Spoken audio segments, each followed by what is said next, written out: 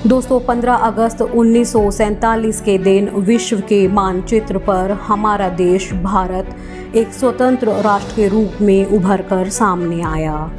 भारत को 15 अगस्त को सैकड़ों वर्षों की गुलामी से आज़ादी मिली और ये दिन भारत के अस्तित्व और उसकी खुद की पहचान बनाने के लिए भारत के इतिहास में सबसे अहम दिन बन गया।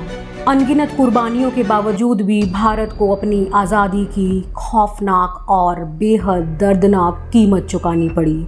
वो थी भारत का बंटवारा। भारत को काटकर एक अलग मुल्क बनाया गया, पाकिस्तान। दोस्तों, ये हम सब जानते हैं कि भारत का बंटवारा मजहबी आधार पर किया गया, पर भारत माँ के सीने पर खंजर चलाने का विचार आया कहाँ से? किसने सबसे पहले इस विचार को हवा दी, क्यों और कहाँ, जानेंगे इस वीडियो में। पाकिस्तान की कल्पना और उसके नाम को अस्तित्व में लाने का काम कैम्ब्रिज में पढ़ने वाले एक मुस्लिम राष्ट्रवादी चौधरी रहमत अली ने किया था। कैम्ब्रिज की हम्बरस्टोन रोड पर मौजूद कॉटेज नंबर 3 में कुछ मुस्लिम नौजवान अल्लामा इकबाल की सेपरेट मुस्लिम नेशन थ्योरी पर लगातार काम कर रहे थे। ये सभी छात्र ब्रिटिश इंडिया से लंदन पढ़ने आए थे। इनके बीच मुसलमानों के लिए एक अलग देश बनाने को लेकर लगातार चर्चाओं और बहस का दौर चलता रहता। बहस के प्रमुख मुद्दे होते कि कैसे सेपरेट मुस्लिम नेशन हासिल किया जाए, उसका क्या नाम होगा, क्या सीमाएं होंगी, राष्ट्रीय भाषा कौन सी होगी, वगैरह वगैरह। आखिरकार वह दिन आ ही गया और आपसी सहमति से इन नौजवानों ने नाउ और नेवर नाम की 4 पन्नों की बुकलेट निकाली। तारीख थी 28 जनवरी 1933। इतिहास में पहली बार पाकिस्तान शब्द का जिक्र इस बुकलेट में हुआ था। पाकिस्तान शब्द को इजाद करने वाले शख्स थे इस बुकलेट के संपादक चौधरी रहमत अली। इस 4 पन्नों की बुकलेट में कहा गया था, आज भारत की जो स्थिति है उसमें वो ना कोई मुल्क है और ना ही किसी एक राष्ट्र का नाम।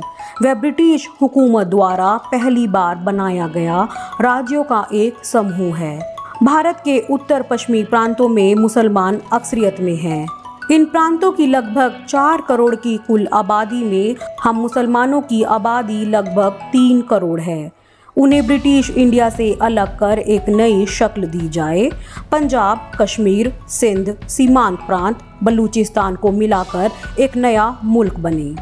भारत को संयुक्त रखने की बात बेहद हास्यास्पद और फूहड़ है। हमारा मजहब और हमारी तहजीब, हमारा इतिहास, हमारी परंपरा, हमारा सोशल बिहेवियर और इकोनॉमिक सिस्टम, लेन देन, शादी विवाह और उत्तराधिकार के कानून बाकी भारत के ज़्यादातर बहुसंख्यक बाशिंदों से बिल्कुल अलग हैं। ये कोई मामूली फ़र्क नहीं है। हम मुसलमानों का रहन सहन हिंदुओं से काफ़ी जुदा है। हमारे बीच ना खान पान है, ना शादी विवाह के संबंध। हमारे रीति रिवाज, यहाँ तक कि हमारी वेशभूषा भी उनसे अलग है। हिंदू राष्ट्र की सलीब पर हम खुदकुशी नहीं करेंगे। इस बुकलेट में चौधरी रहमत अली ने पाकिस्तान का नक्शा भी छपवाया था। दिलचस्प बात यह है कि इस नक्शे में भारत के अंदर 3 अलग मुस्लिम देशों को दिखाया गया था। यह देश थे पाकिस्तान, बंगिस्तान, जो उस समय का पूर्वी बंगाल यानी कि आज का बांग्लादेश कहलाता है, और दक्षिणी उस्मानिस्तान, उस समय का हैदराबाद निजाम रियासत। सबसे खास बात यह है कि रहमत अली के पाकिस्तान और अल्लामा इकबाल के सेपरेट मुस्लिम स्टेट में कहीं भी बंगाल का जिक्र नहीं था। लेकिन पाकिस्तान जब एक मुल्क बना तो पूर्वी बंगाल को भी पूर्वी पाकिस्तान के तौर पर उसमें शामिल किया गया, जो कि बाद में जाकर एक स्वतंत्र राष्ट्र बांग्लादेश के रूप में सामने आया। यह बुकलेट अलगाववादी मुस्लिम नेताओं में खूब लोकप्रिय हुई। जिन्ना और इकबाल जैसे मुस्लिम लीग के आला नेताओं ने रहमत अली की खूब तारीफ की। रहमत अली ने नाउ और नेवर से मिली बड़ी कामयाबी के बाद पाकिस्तान नेशनल मूवमेंट की शुरुआत की। और आगे चलकर उन्होंने 1 अगस्त 1933 को पाकिस्तान नाम की वीकली मैगजीन की नींव रखी। इसके बाद 1940 में मुस्लिम लीग के लाहौर अधिवेशन में आधिकारिक तौर पर अलग मुस्लिम शब्द के लिए पाकिस्तान को स्वीकार कर लिया गया। मुस्लिम लीग के नेता मोहम्मद अली जिन्ना और अल्लामा इकबाल ने रहमत अली से ही ये नाम लिया था। उन्होंने रहमत के बुकलेट से पाकिस्तान नाम लिया और इसे मॉडिफाई कर पाकिस्तान कर दिया।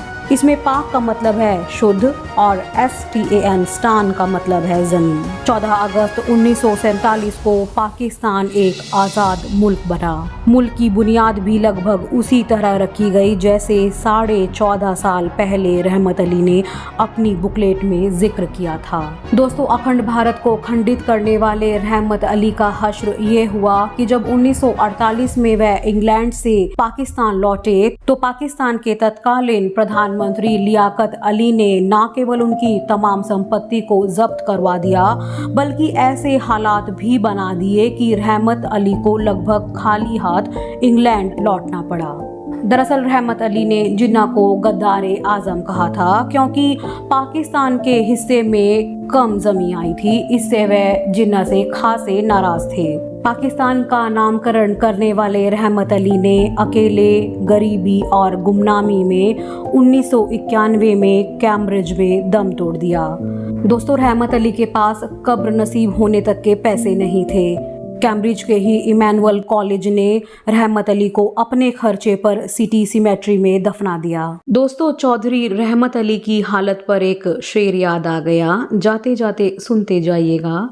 जिनको हमने ही लिखनी सिखाई गज़ल, जिनको हमने ही लिखनी सिखाई गज़ल, अब वही लिख रहे हैं कि मैं कुछ नहीं।